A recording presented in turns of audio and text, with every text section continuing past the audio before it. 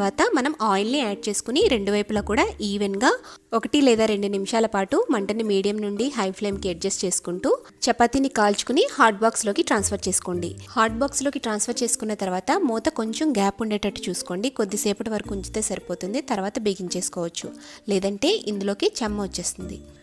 అంతేనండి, ఎంతో సాఫ్ట్గా ఉండే చపాతీలు రెడీ అయిపోయాయి.